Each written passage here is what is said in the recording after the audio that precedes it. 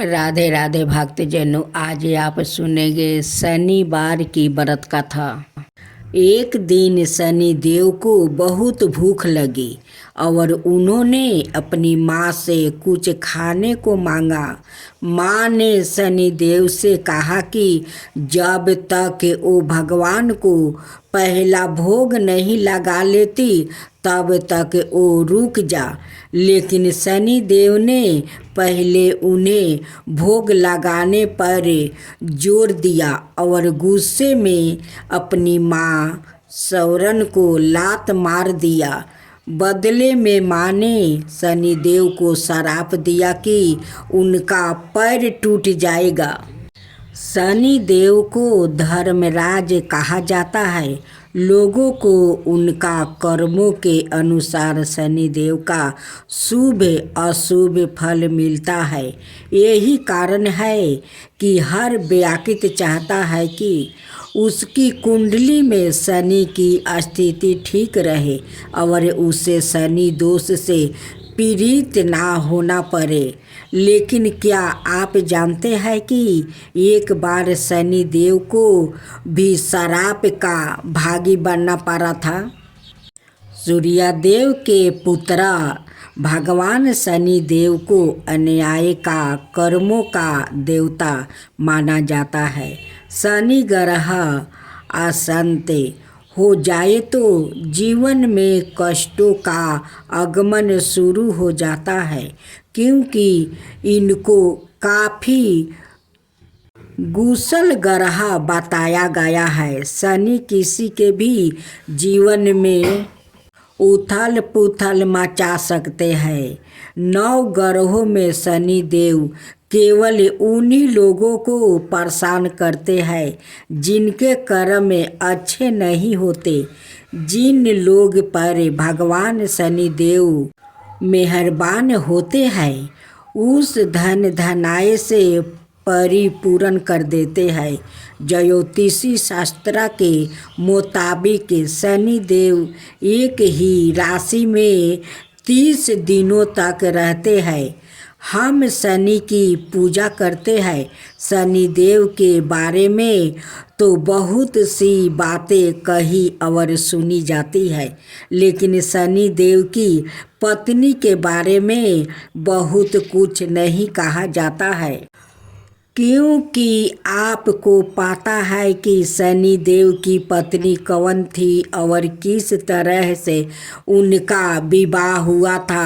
आइए धर्मशास्त्र के मुताबिक हम जानने की कोशिश करते हैं कि शनि देव का विवाह कब और कैसे हुआ था। शनिवार के दिन कौन सा टोटका करना चाहिए, आइए जानते हैं। शनिवार के दिन यह टोटका करने से शनि देव की कृपा मिलती है और जीवन की समस्या दूर होती है। शनिवार को लोबान जलाना चाहिए। शनिवार को हनुमान चालीसा का पाठ करना चाहिए। शनिवार को काले चने, काले तिल और उड़द की दाल का दान करना चाहिए। शनि को तुरंत खुश करने के क्या उपाय है, आइए जानते हैं। शनि देव को खुश करने के लिए यह उपाय की जा सकते हैं। दान पुण्य करें, शनि यात्रा की पूजा करें, शनि मंत्र का जप करें, कुत्ते की सेवा करें, हनुमान जी की आराधना करें, शिव जी की पूजा करें। शनिवार के दिन पीपल के वृक्ष पर जल अर्पित करें। शनिवार के दिन काला तिल, सरसों का तेल, काला छाता और काली उड़द की दाल दान करें। शनिवार के दिन बांदरों को गुड़ और काला चना खिलाए। शनिवार के दिन सात्विक भोजन करें। भक्तजनों, अब आप सुनेंगे देवी काली की कथा। देवी काली को शक्ति का साक्षात स्वरूप माना जाता है। माता रानी अपने भक्तों पर दाया दृष्टि रखती है, लेकिन दुष्ट और दुराचारियों पर विध्वंस भी करती है। महिषासुर अति बलशाली दैत्य था, जिसका संहार देवता भी नहीं कर सके। इसलिए देवी काली का जन्म हुआ।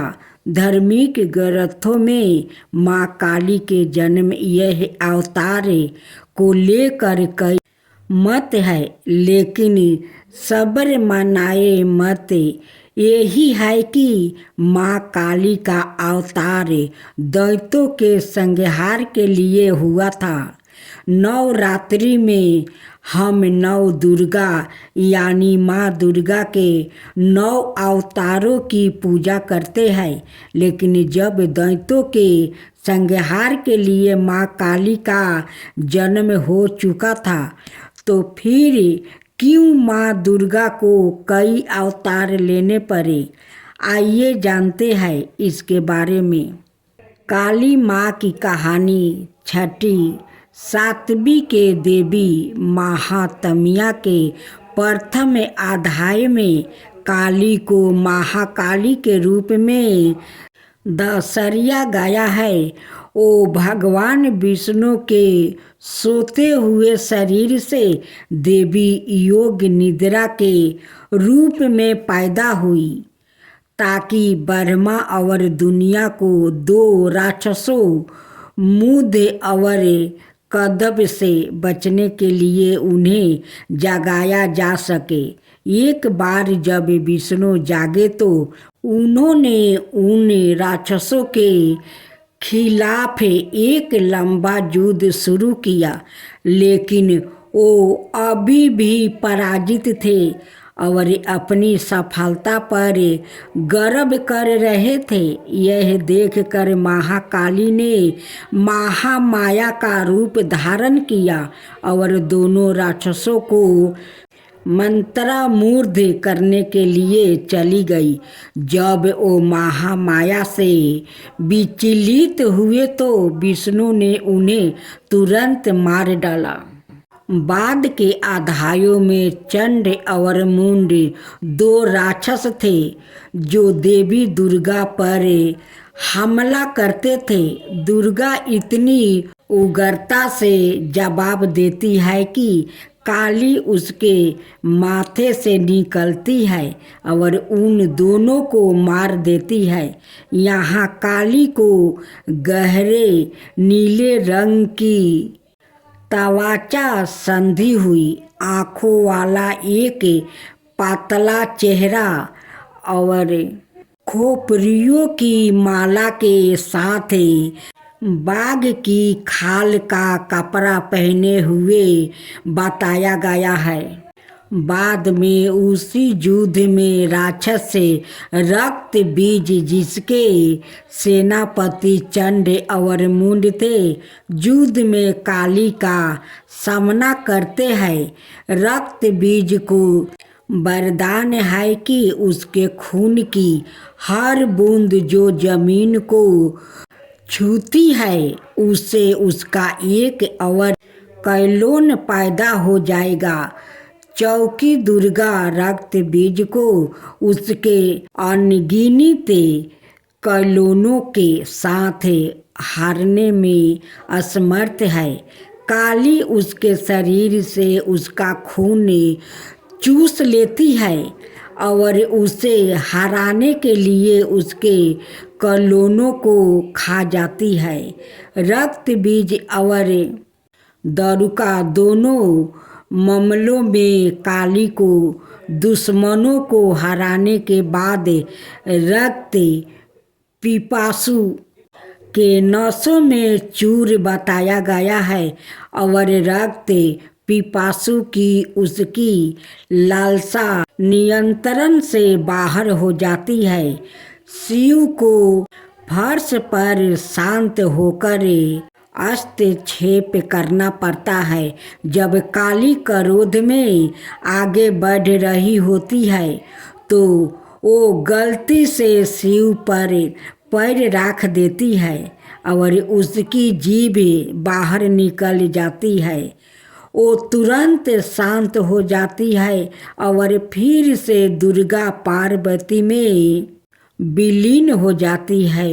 युद्ध में भाग लेने के बाद शिव ने पार्वती को काली काली तवाचा वाली कहकर चिढ़ाए। पार्वती बहुत आहत हुई और योग योग तक तपस्या करना शुरू कर दिया, जब तक कि उन्होंने अपना काला रंग नहीं खो देती है, इसे त्याग नहीं दिया और गौरी सुनहरी तवाचा वाली देवी नहीं बन गई।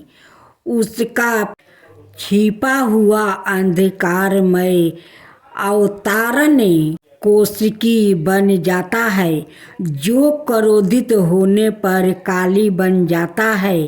काली पूजा उत्सव देवी काली को समर्पित है और विशेष रूप से पश्चिम बंगाल, ओडिशा और असम के भारतीयों क्षेत्र में मनाया जाता है। यह हिंदू कैलेंडर के हर महीने में अमावस्या के दिन मनाया जाता है। यह दीपावली के बाद शुरुआत होता है और दिनों तक चलता है। चौकी देवी काली महाविद्याओं में प्रमुख है। उनमें से प्रत्येक का काली पूजा से पहले अवतार का एक दिन होता है। काली माँ को फलों का प्रसाद बंगाल में खिचड़ी भोग के साथ निरामिष अर्थात बिना प्याज या लहसुन का मटन, मछली, करी, पायस, मिठाई और भाजा गहरे तेले हुए पकौड़े चढ़ाया जाता है। कुछ स्थानों पर प्रसाद के रूप में शराब भी चढ़ाई जाती है। अनुभवी पंडितों का कहना है कि लोग रात भर पंडालों में आते हैं और दिन की तुलना में रात में भीड़ बढ़ जाती है। पूजा आश्चर्यजनक रोशनी, प्रकाश और धावनी सो काली पूजा से पहले प्रत्येक दिन मनाए जाने वाले महाविद्याओं के अवतार और अंतिम महाविद्या कमलात्मिका के अवतार, जिसे कमलात्मिका जयंती के रूप में मनाया जाता है, दिवाली के दिन पड़ने के कारण उन्हें अक्सर तांत्रिक लक्ष्मी के रूप में माना जाता है। इसके कारण और इस के कारण कि लक्ष्मी को विष्णु की पत्नी के रूप में माना जाता है। उसके बाद इसे लाल गुलहल के फूलों और गुलहल की माला से सजाया जाता है, जो उनका पसंदीदा फूल माना जाता है। फिर काली पूजा पंडालों में काली मंत्रों और भजनों की मदद से की जाती है। उनकी प्रार्थना की जाती है और उनकी दिव्यता का आहन किया जाता है। यदि पूजा घर पर आयोजित की जा रही है तो मंदिर काली पूजा की पूजा सेवा प्रदान करता है, जहां भक्त की ओर से पूजा आयोजित की जाती है। मंदिर के पंडितों के पास पूजा के लिए सारी सामग्री तैयार है और भक्तों को बस कुछ निर्देशों का पालन करना है, जो मंदिर द्वारे इस जनों। अब आप सुने शनि व्रत कथा। तेराता योग में एक बार बारिश के अभाव से अकाल पड़ा, तब कौशिक मुनि परिवार के लालन पालन के लिए अपना गृह स्थान छोड़कर अनायत्रा जाने के लिए अपनी पत्नी और पुत्र के साथ चल दिया।